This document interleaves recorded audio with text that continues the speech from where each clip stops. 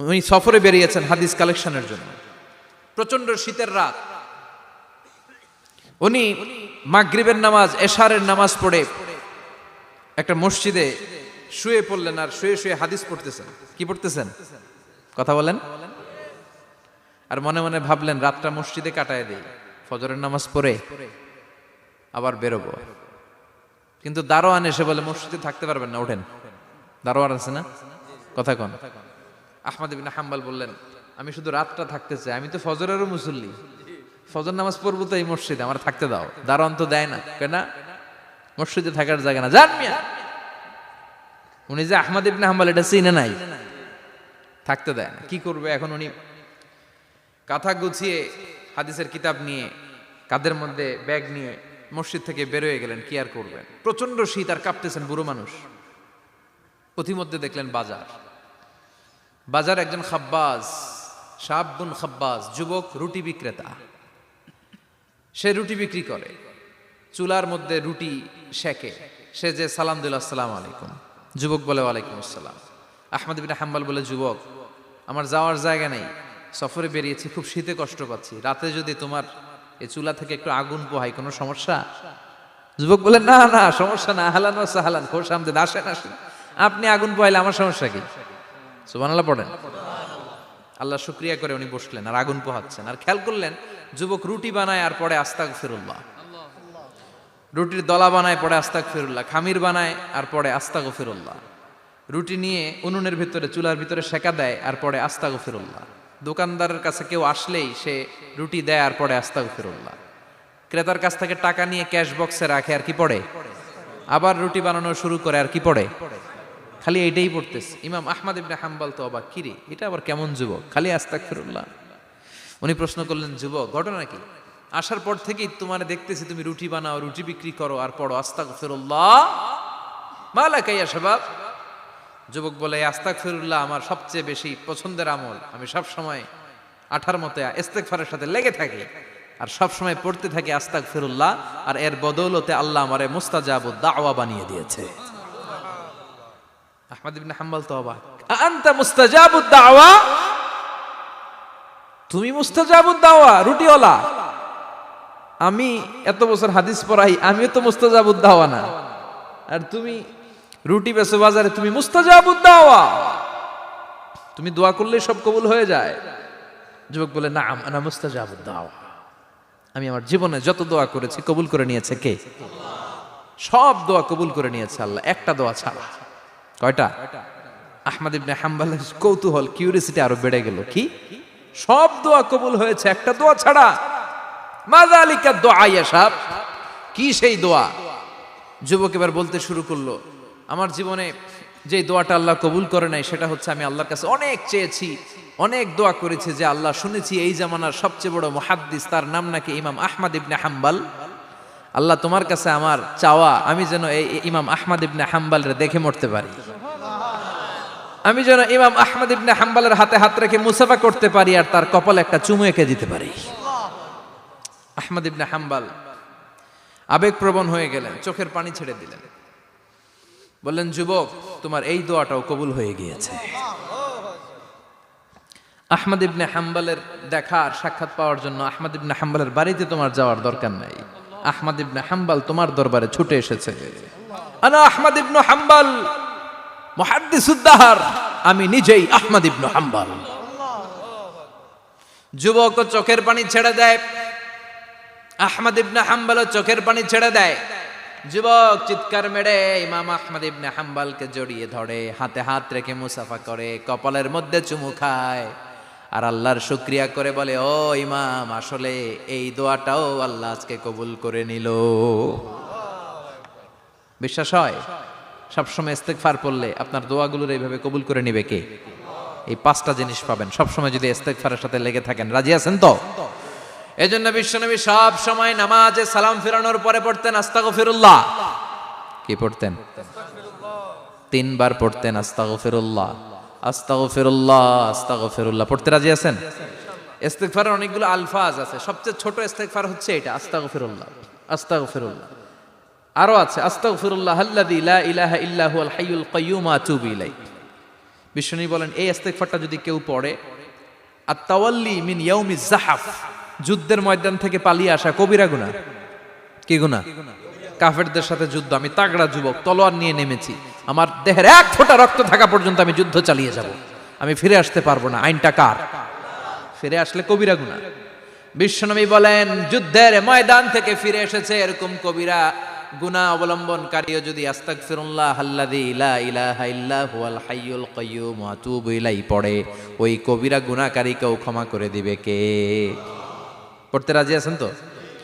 আবার সাইয়েদনা আবু বকর বললেন, ইয়া রাসূলুল্লাহ আল্লিমনি দুআআন আদউ বিহি ফি সালাতি, এমন দোয়া আপনি আমারে শিক্ষা দেন যে এই দোয়াটা আমি নামাজে পড়তে পারি। বিশ্বনবী বললেন, পড়ো আল্লাহুম্মা ইন্নী যালামতু নাফসি যুলমান কাসীরান ওয়া লা ইয়াগফিরুয যুনুবা ইল্লা আনতা ফাগফিরলি মাগফিরাতাম মিন ইনদিক ইন্নাকা আনতাল গফুরুর রহিম। সুবহানাল্লাহ পড়েন। এটাও ইস্তেগফার। আমরা এটার বলে দোয়া মাসুরা, সালাম ফেরানোর আগে পড়ি না?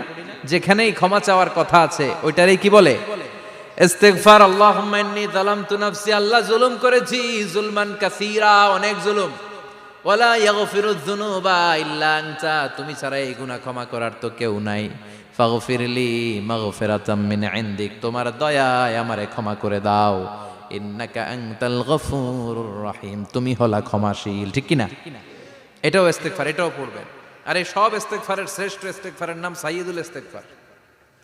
যত ইস্তেগফার হতে পারে এর মধ্যে সবচেয়ে শ্রেষ্ঠতম ইস্তেগফার নাম কি? কথা কন।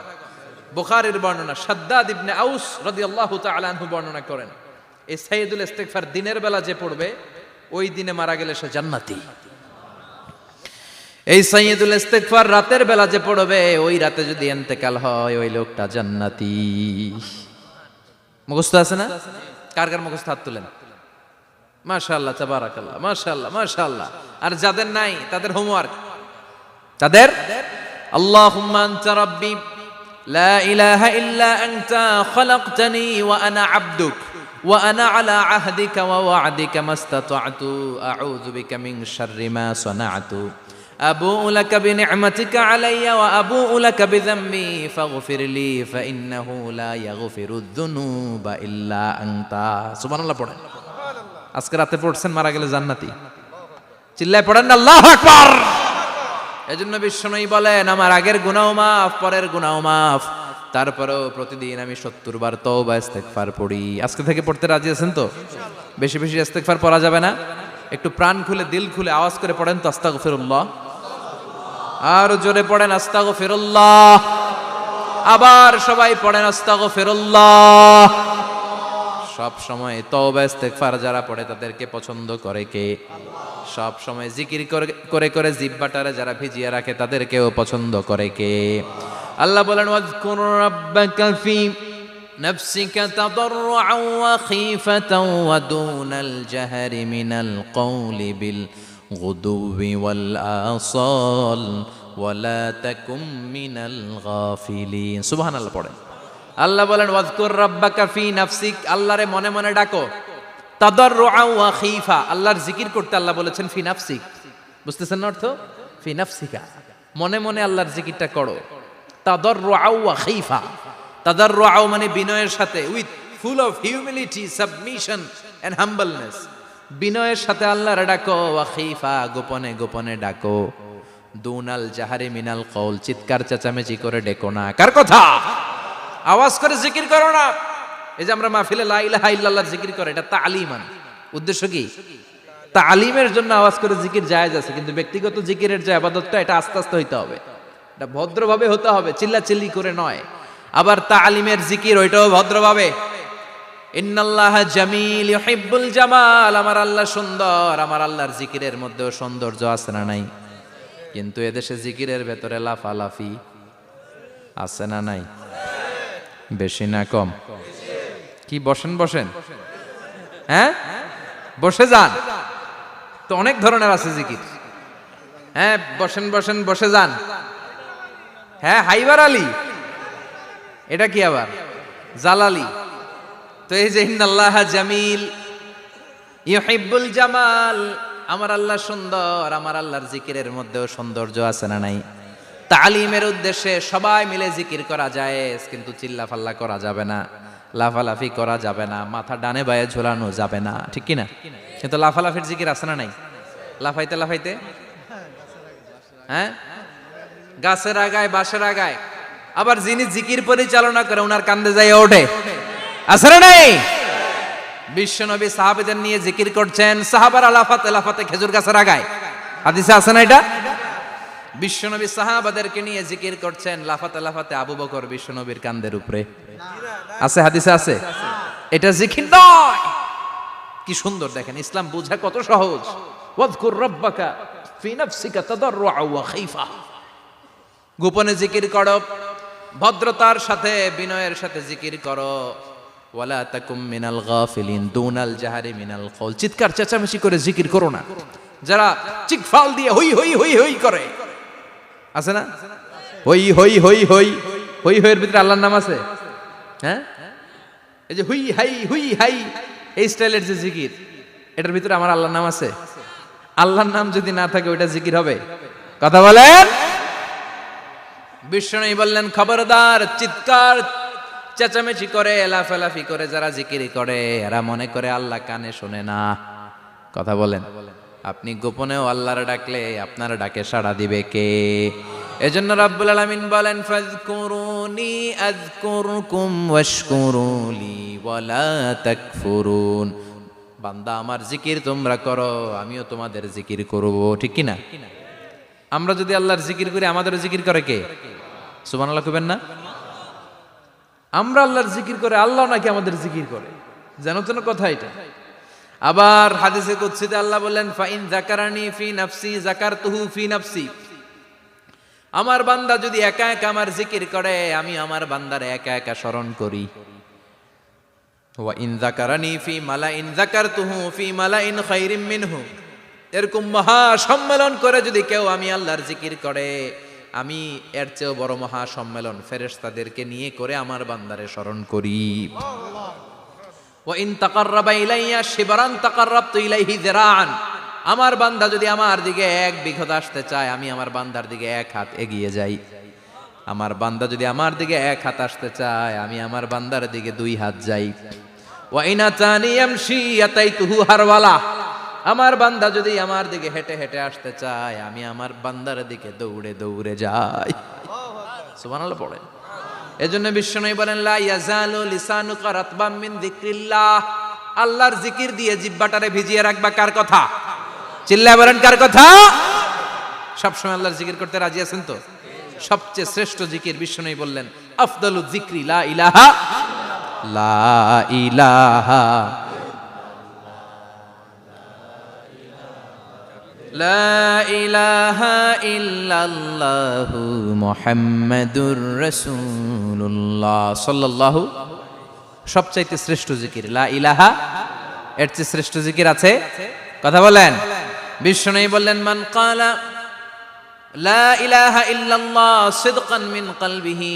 একনিষ্ঠতার সাথে অন্তর থেকে কেউ যদি জীবনে একবার বলে লা ইলাহা ইল্লাল্লাহ, দাখালাল জান্নাহ। তার যদি পাপ থাকে, অন্যায় থাকে, ওই পাপ আর অন্যায়ের শাস্তিগুলার পরে কোনো না কোনো দিন আমার ওই বান্দা জান্নাতে ঢুকবে। একবার যদি খালিসান মিন কলবিহি সে পড়ে লা ইলাহা ইল্লাল্লাহ, তার জন্য জান্নাতকে অবধারিত করে দিয়েছে কে?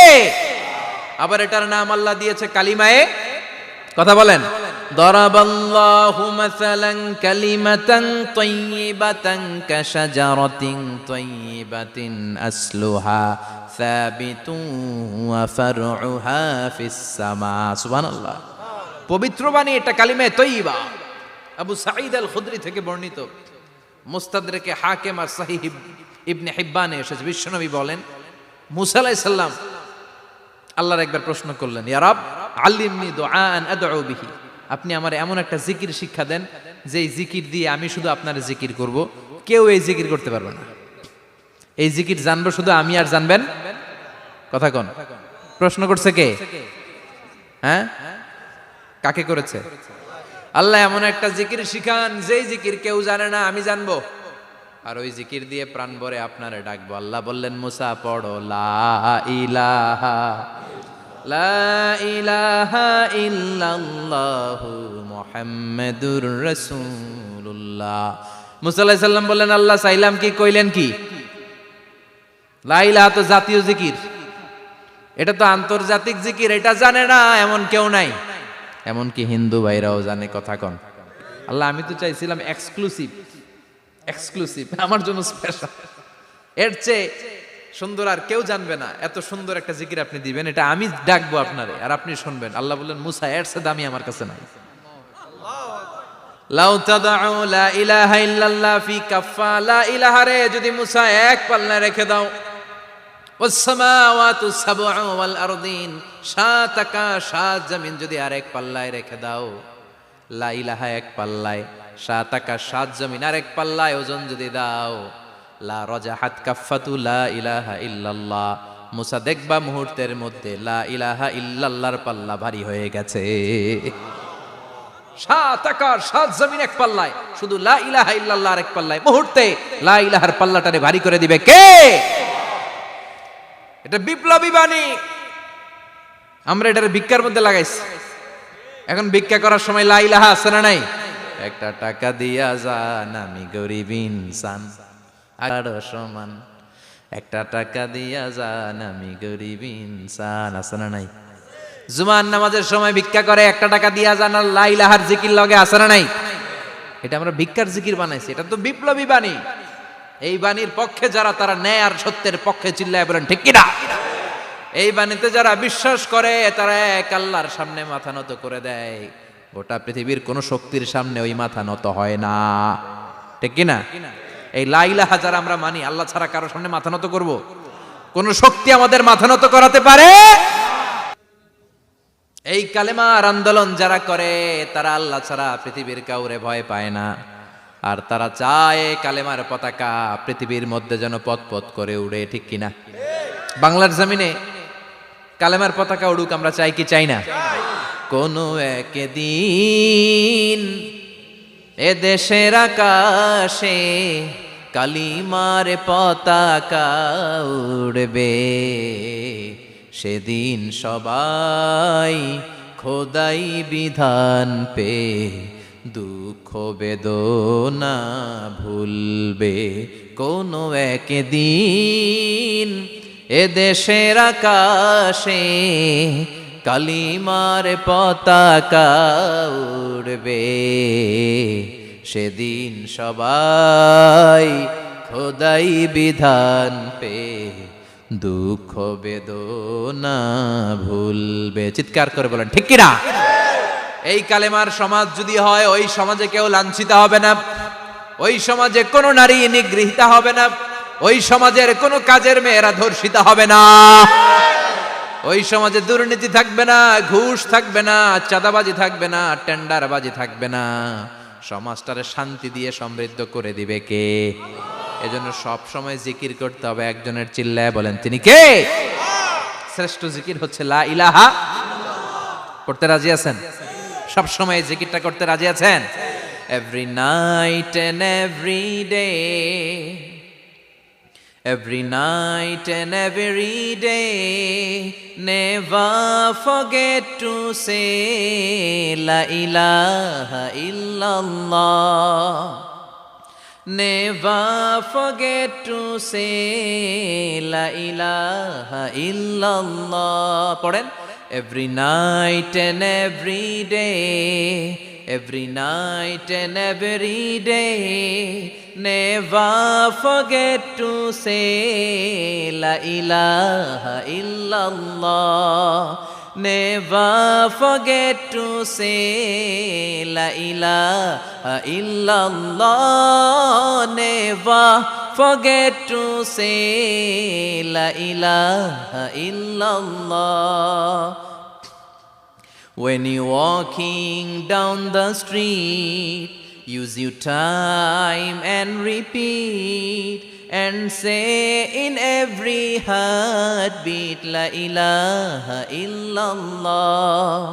When you're walking down the street, Use your time and repeat and say in every heartbeat La ilaha illallah. Every night and every day, every night and every day, never forget to say La ilaha illallah. চিল্লায় বলেন ঠিক কিনা? দিনে রাতে যে কোনো মুহূর্তে আমাদের জিহ্বার মধ্যে থাকবে কি? কথা বলেন, জিহ্বায় থাকবে কি?